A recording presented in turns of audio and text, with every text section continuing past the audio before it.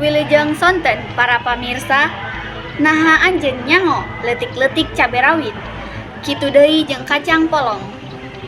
Sering dianggap saukur pelengkap, dahareun kacang polong teh mibanda sagudang manfaat pikeun kasehatan.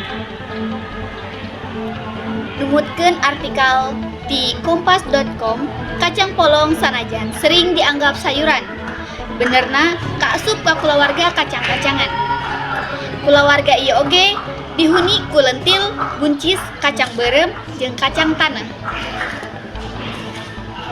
Ukurana memang leutik, tapi tong salah, kacang polong beunghar ku giji penting nu nguntungkeun pikeun awak.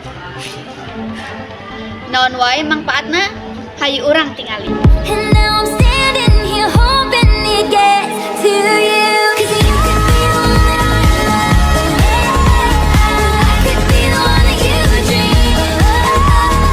Message in a bottle is all I can do. Standing here hoping it gets to you.